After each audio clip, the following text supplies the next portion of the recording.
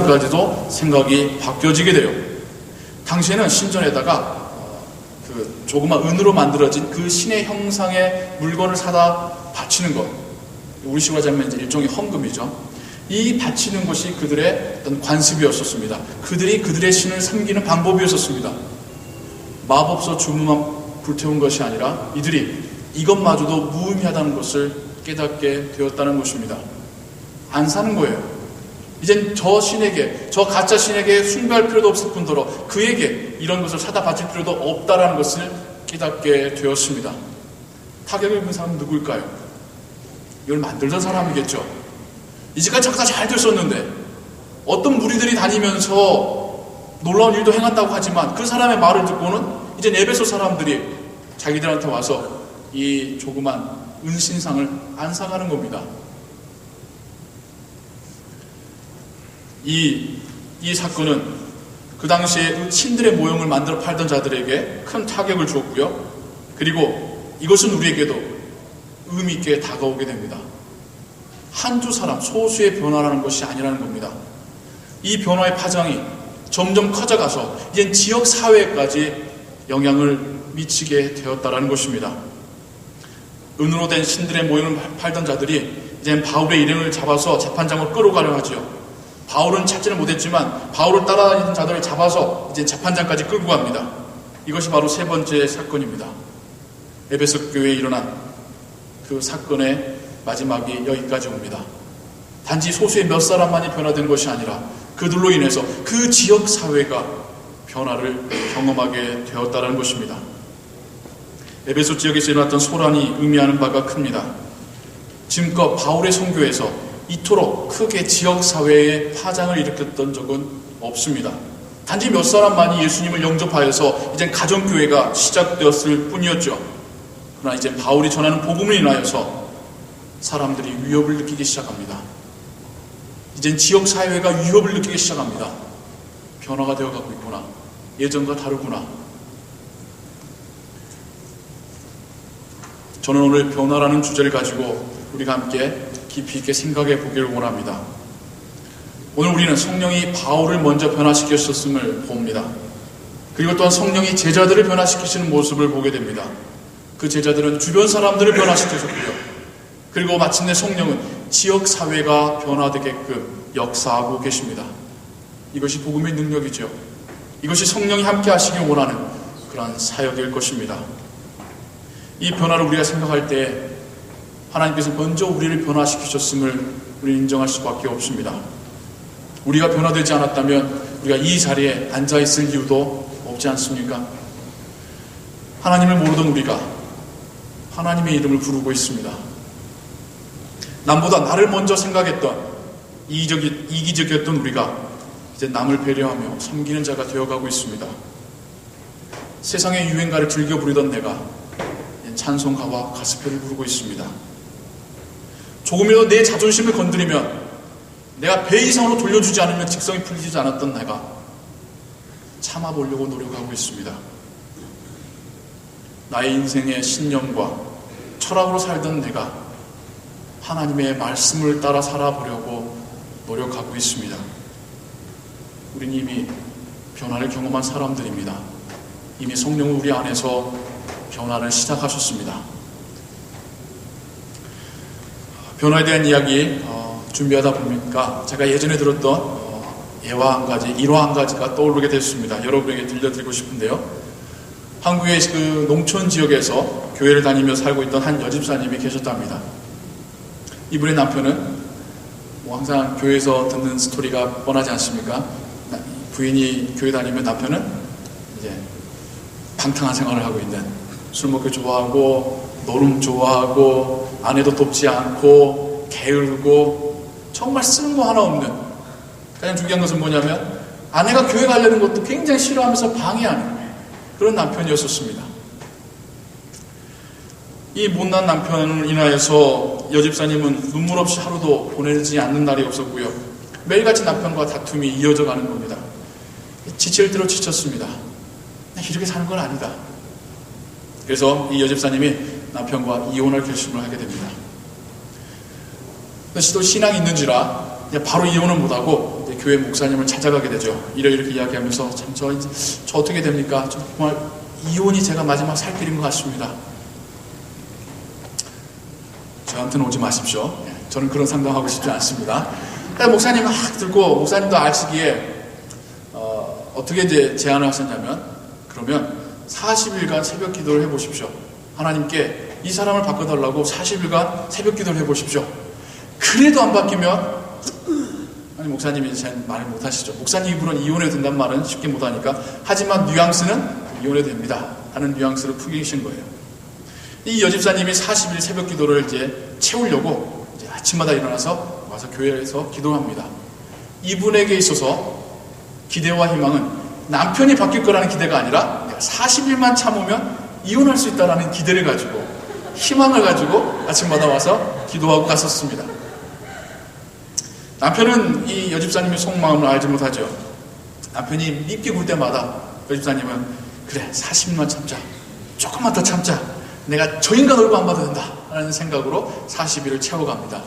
마치 군복무회 할 때 달력에 X자 쳐감듯이 그게 아마 기다렸던 것 같아요.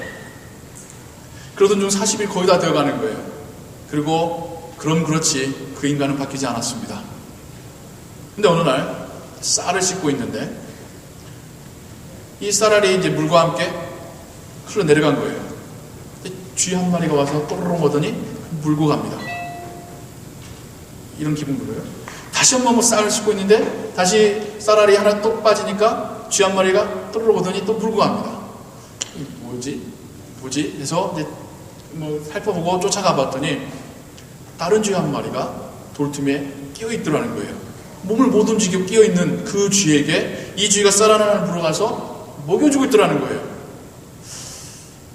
자, 그거 보고 집사님이 떠오르는 생각이, 쥐도 못 움직이는 쥐에게 먹을 것을 물어다 주는데 하면서 자기 남편이 생각나더랍니다.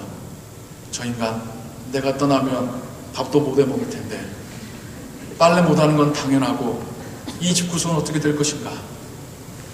갑자기 남편이 불쌍해지더랍니다. 그리고는 마음이 바뀌어지게 됩니다.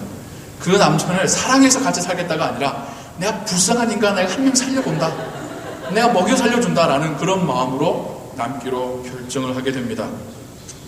어찌 보면 이것이 40일 새벽 기도의 응답이었겠죠. 그러더니 이제 여집사님 한결 마음이 편해지더랍니다. 무슨 소리를 하든 어떻게 하든 그래 너는 너를 먹여주기 위해서 사는 거니까 라고 생각하면서 다 인내하면서 살고 있고요. 그러다 이제 또 주일이 됐습니다.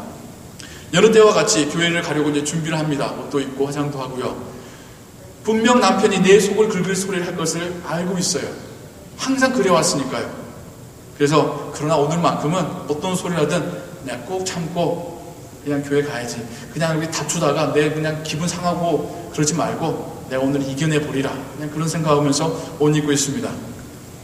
방 한편에 들어 누워서 다리를 꼬고 다리를 덜덜 떨고 있던 남편이 이런 말을 합니다. 여보, 나도 교회 가도 되나? 나 같은 사람도 교회가 받아주나? 여집사님이 귀를 의심한 거예요. 내가 잘못 들은 뭐라고요? 그랬더니 아니 됐어. 어떻게 됐겠어요? 같이 나갔죠. 그런 얼마 되지 않아서 이 남편이 주님을 영접했다라는 그런 이야기를 듣게 되었습니다. 변화의 원동력은 나에게 있지 않습니다. 하나님 아버지께 있습니다. 그분이 나를 먼저 변화시키셨고요. 이젠 이 변화의 흐름이 나의 가족들에게 흘러가기를 원하십니다. 단 그러기 위해서 우리를 먼저 변화시키신 것 아니겠습니까? 변화를 일종의 파장으로 한번 생각해 보십시오. 하나님으로부터 시작된 그 변화의 파장을 우리가 받게 되었습니다. 그 변화의 파동에 우리가 같이 진동하게 되었습니다. 우리가 변화하게 되었습니다. 다시 우리로부터 이 변화의 물결이 흘러가게 되는 것입니다. 이 변화의 파장은 우리의 가정을 진동시킬 것이고 우리의 직장을 변화시키는 그런 변화의 파동이 되어갈 것입니다. 우리가 왜 함께 모여서 예배하며 서로를 격려합니까? 물론 하나님 아버지를 예배하기 위해서죠. 그런데 이렇게 변화를 먼저 경험한 우리들이 함께 모여서 서로의 변화를 더 격려하고 그 힘을 더 힘있게 하여서 다시 우리의 가정과 우리의 일터를 변화시키는 자들이 되게 하기 위함 아니겠습니까? 마침내 이 파장이 우리가 살고 있는 이 지역도 변화시키기를 원합니다. 나만 변하는 것이 아니라, 나의 가족만 변하는 것이 아니라, 그래서 나만, 우리 가족만 천국 가는 것으로 만족하는 것이 아니라, 우리 교회로 인하여서 이 지역 사회에도 변화가 일어나길 소원합니다.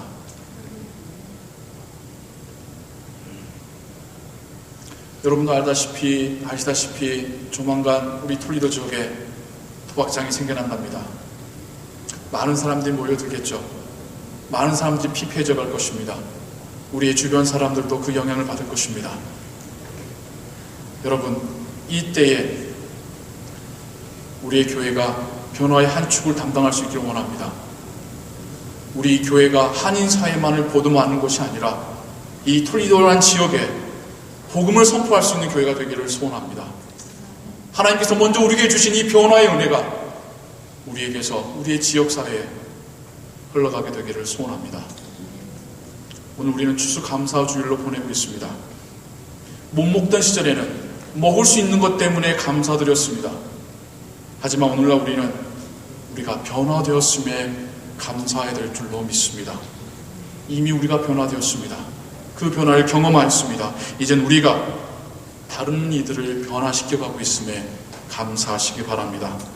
이 변화의 물길이 더 커져가고 더 멀리까지 전파될 수 있도록 하나님께서 우리와 함께 하시기를 소원합니다. 다시 말씀드립니다. 변화의 원동력은 나에게 있는 것이 아니라 우리 아버지 하나님께 계십니다. 나도 변화시키신 하나님께서 우리의 가정과 우리의 일터와 이 지역사회까지도 변화시키실 줄을 믿습니다. 기도하겠습니다. 하나님 아버지, 성령의 놀라운 역사는 에베소 지역을 변화시켜 가셨습니다. 그 지역사회에 지각변동이 일어나게 하셨습니다. 아버지여, 우리로 하여금 그 성령의 역사가 이때에 이곳에서도 일어나는 것을 보게 하여 주시옵소서. 나만 변한 것으로 만족하는 신앙이 아니라 이 변화의 물결이 정말 이곳에 주님을 알지 못한 채 죽어가고 있는 그들에게도 전해지게 하여 주시옵소서. 우리의 눈으로 하나님의 복음이 이 지역사회를 변화시킨 것을 보게 하여 주시옵소서. 변화의 힘은 하나님께 있습니다. 너무 연약한 우리들은 하나님께 구할 수밖에 없습니다. 아버지여, 우리를 변화시켜 주시옵소서. 계속해서 변화시키시는 성령의 사역이 역사하기를 원하옵나이다. 하나님, 오늘 저희들 추수감사주일로 보내고 있습니다. 우리를 변화시키셨고 우리를 통하여 또한 변화의 사역을 계속하시는 하나님을 찬양하며 감사드려옵나이다. 주의 역사하심이 더욱 강력하게 우리와 함께 있기를 소원하오며 예수 그리스도의 이름으로 기도하옵나이다. 아멘. 우리 함께 찬송가